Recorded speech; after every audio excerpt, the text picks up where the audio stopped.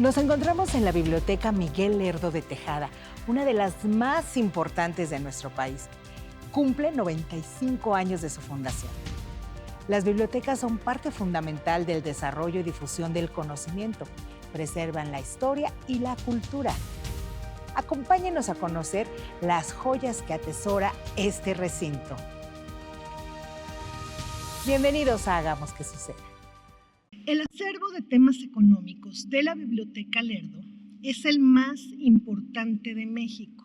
Es una biblioteca especializada. Es una biblioteca que cuenta con libros y documentos que hablan de la memoria histórica en temas económico-políticos del país. La biblioteca me ha dado mucho. Creo que es un espacio, un recinto que te puede dar mucho en cuanto a investigación. Los primeros libros se escribieron en tablillas de arcilla. El libro, como rollo de papiro, nace en el siglo VI a.C. En la antigüedad, muchas ciudades crearon bibliotecas para conservarlos, pero ninguna tan famosa como la de Alejandría, que llegó a tener más de 700,000 ejemplares.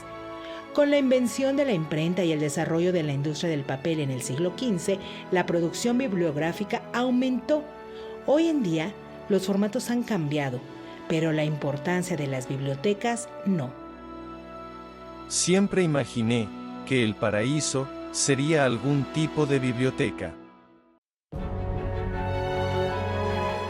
La Biblioteca Miguel Lerdo de Tejada se fundó en 1928 cuando se creó el Departamento de Bibliotecas y Archivos Económicos dentro de la Secretaría de Hacienda y Crédito Público.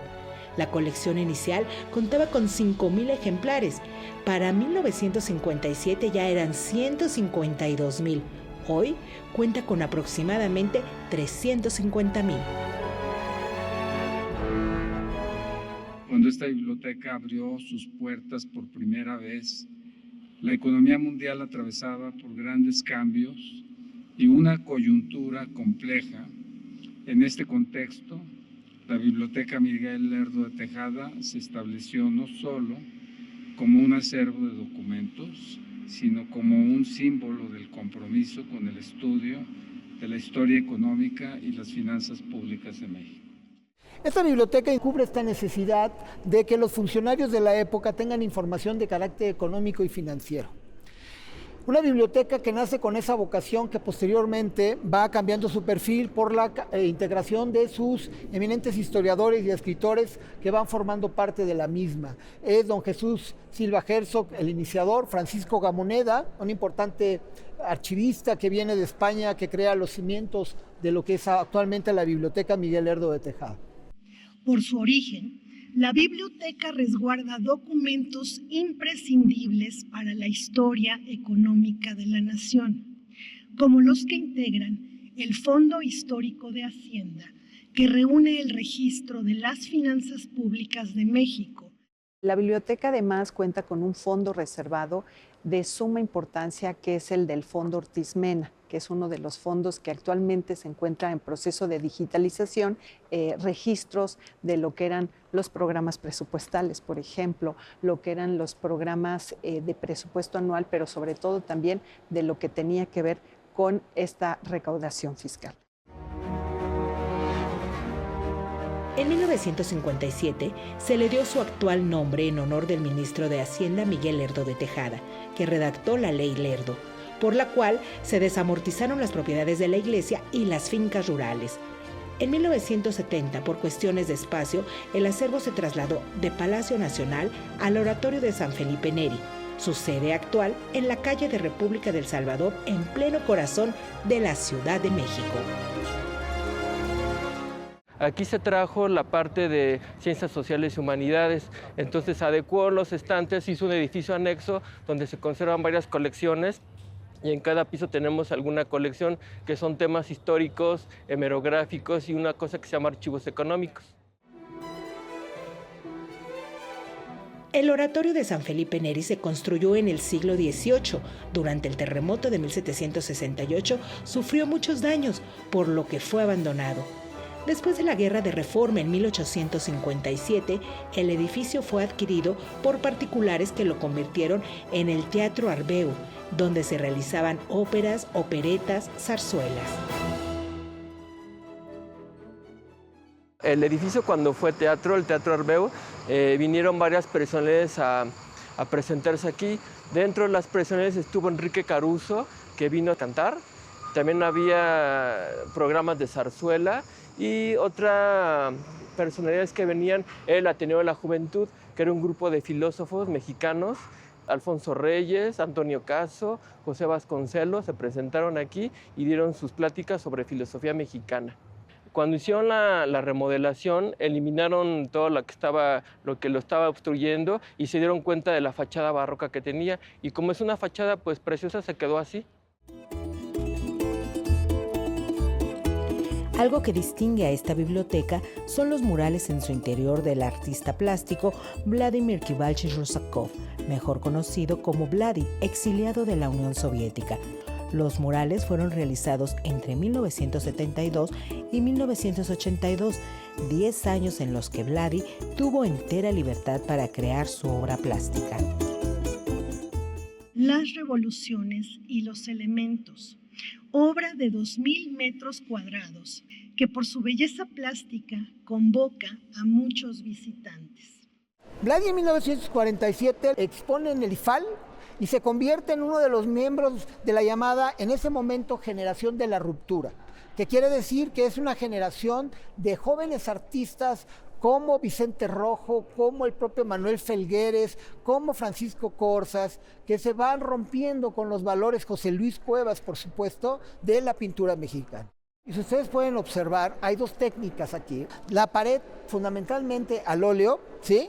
A la pared, que es la técnica al fresco, y Vladi no le bastó la pared y utilizó estos grandes bastidores, que son los arcos, que originalmente se habían concebido para la iglesia, donde precisamente utilizó estos grandes murales.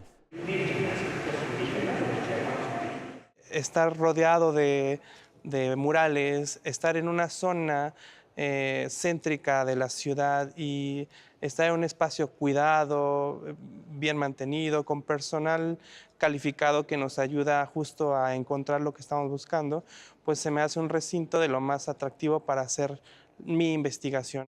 La biblioteca también guarda y pone a disposición de investigadores y del público diversas colecciones hemerográficas que permiten recuperar aspectos de la vida en el Virreinato de la Nueva España, como en el Diario de México, o bien en el Monitor Republicano y en el Imparcial.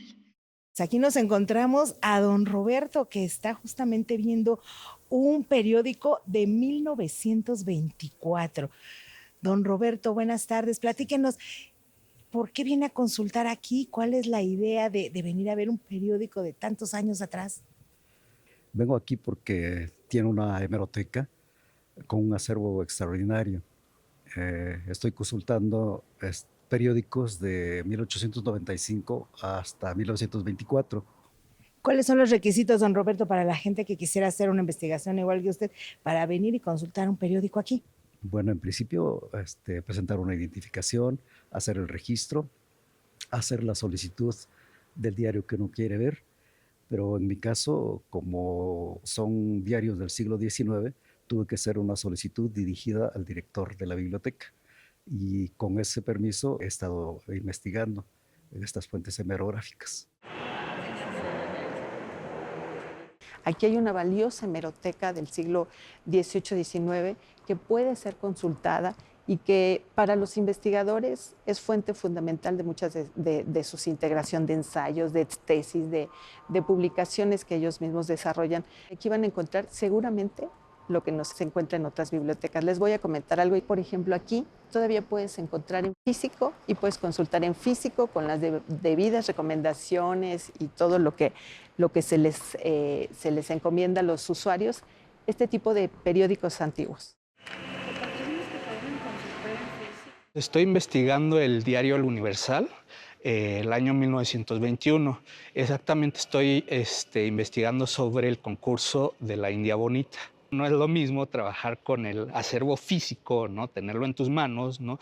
Pues incluso hasta la revisión es mucho más ágil, menos cansado a la vista, ¿no? Que si estuviera uno con un microfilm, por ejemplo, ¿no? O en la pantalla de un monitor, ¿no? Por ejemplo, el papel depende también de la temporalidad del material, porque los materiales más antiguos son de mejor calidad del papel y, por ejemplo, el papel periódico siempre fue hecho para una corta vida, ¿no? Entonces, son materiales que son de desecho. Entonces, esto es como un gran reto que tenemos nosotros porque tenemos colecciones hemerográficas que necesitan mucho de conservación. Los guantes los utilizo porque para resguardo personal y para protección también del periódico, porque, bueno, como son periódicos ya pues, viejitos, guardan ciertos hongos que pueden ser dañinos para las personas y también para justo tratar de, a la hora de manipular el periódico, tratar de que sea lo más cuidadoso posible, porque pues, como son periódicos ya pues, bastante viejitos, trato yo de cuidarlos. Nos encontramos en el fondo reservado de la biblioteca donde hay libros del siglo XVI al XVIII, como esta edición del ingenioso Hidalgo Don Quijote de la Mancha, publicado en 1780. Para su consulta y manipulación es necesario el uso de guantes y cubreboca. Este fondo está compuesto por cerca de 7,000 impresos antiguos que dan cuenta de la historia de nuestro país. La temática bibliográfica de estos ejemplares principalmente es teología, filosofía, historia, literatura, derecho canónico, derecho civil. Igualmente tenemos gramáticas, la gramática de Antonio de Nebrija, en algunas de sus ediciones que salieron a lo largo de la historia de esa edición. Tenemos una gramática huasteca. Alguna de las particularidades de estos libros es que poseen marcas de fuego. Es como un sello, pero se hacía con hierro caliente sobre los cantos de los libros, con una marca que identificaba a la orden religiosa. Son libros que atravesaron infinidad de percances, guerras, algunos cruzaron el océano, algunos traen anotaciones manuscritas de personajes. Tenemos un ejemplar que probablemente haya pertenecido a la orden. Justo a partir de esta impronta podemos recuperar información de los antiguos propietarios de estos ejemplares, ¿no? Por ejemplo, tenemos también de los carmelitas descalzos, del Seminario Conciliar Mexicano, los dominicos. Entonces, las marcas de fuego nos dan cuenta para poder rastrear sus antiguos propietarios. El libro más antiguo dentro del acervo de la biblioteca es de 1507. Lo descubrieron de milagro.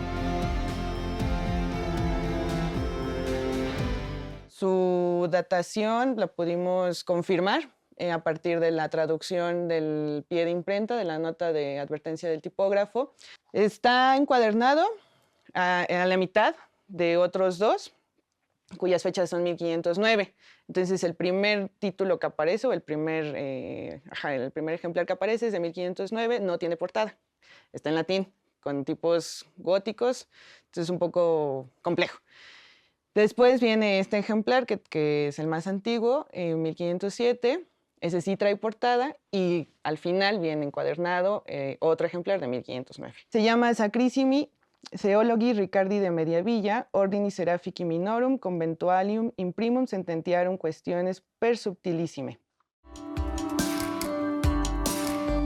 La mejor manera de preservar los libros es usándolos, pero el uso los deteriora. Por eso existen procesos especializados para que sobrevivan a la prueba del tiempo.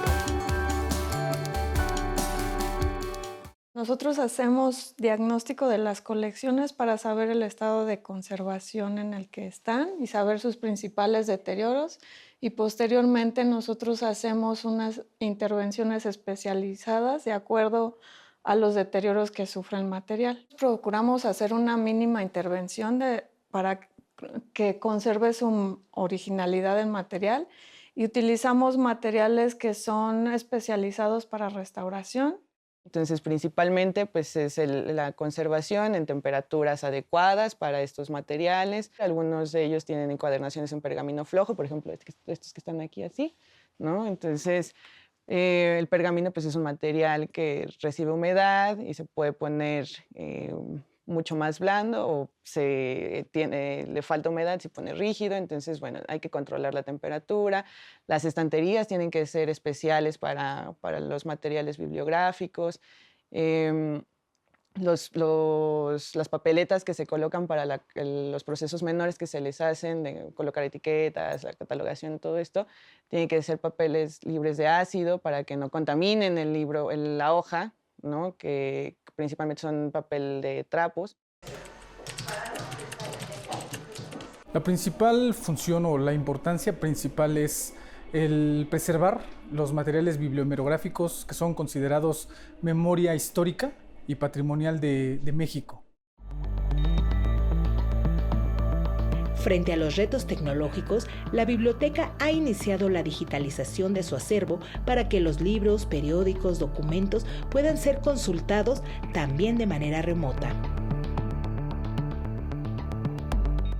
El Departamento de Digitalización y Automatización, creado en esta administración, tiene ya digitalizados 17,000 ejemplares que representan 4 millones de imágenes. Para enero del próximo año se contará con un sistema de gestión bibliotecaria eficiente en el que se puedan observar y recuperar los datos bibliográficos y las digitalizaciones del acervo bajo resguardo de nuestra biblioteca. La digitalización es un proceso que lleva a que la consulta sea más accesible, todavía más accesible dentro de la biblioteca, y por otra parte a que los materiales, los originales, se conserven de una mejor manera. Y al mismo tiempo que nuestras colecciones, muchas desde el siglo XVI, pues ya no sean manipuladas y esto incremente el posible estado de deterioro en el que se puedan encontrar. Hay 4 colecciones que se están digitalizando de las 24 que tiene la biblioteca.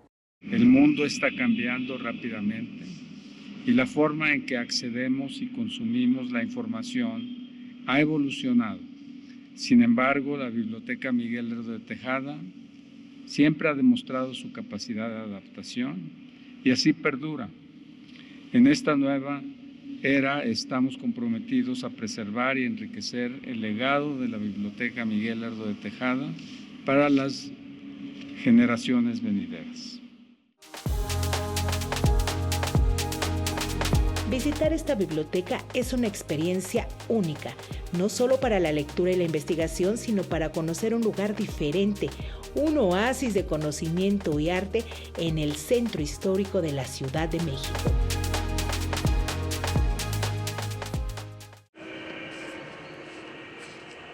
Vengan primero a conocerla por curiosidad para que vean toda la maravilla artística que rodea y después que se den la experiencia de consultar ya sea libros o periódicos o todo el material que tienen aquí. Es muy accesible, de fácil consulta y es muy agradable estar en este espacio. Les recomendaría a todo público en general que esté haciendo la labor de investigación justo, acudan aquí a la biblioteca y a poder trabajar, porque la verdad es que se trabaja bastante bien y hay muchísimo material para poder buscar el tema que ellos quieran. Lo mejor es pues venir bien predispuesto, ¿no? Pues ahora sí que con tu nota, tu equipo que necesites. Si usas laptop, pues tráete la laptop, si no, incluso hasta una cámara para tomar fotos, permiten aquí la toma de fotos. El edificio es una construcción muy linda. Yo invito a la gente a que venga a conocerlo y que vea los murales, que vea la fachada, que revise las colecciones. El lema de la República debe ser cultura, dijo uno de los sabios más verdaderos, en opinión del entrañable poeta Federico García Lorca, porque no solo de pan vive el hombre, sino de las palabras y las reivindicaciones culturales que son tan importantes como las económicas.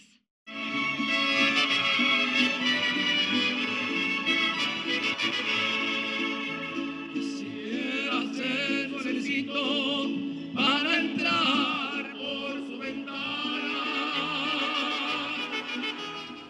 A casi 100 años de su fundación, la Biblioteca Lerdo de Tejada es un ejemplo vivo de la pasión que existe en México por preservar su herencia, compartirla con el mundo y permitir que generaciones presentes y futuros se acerquen a la memoria de nuestra nación.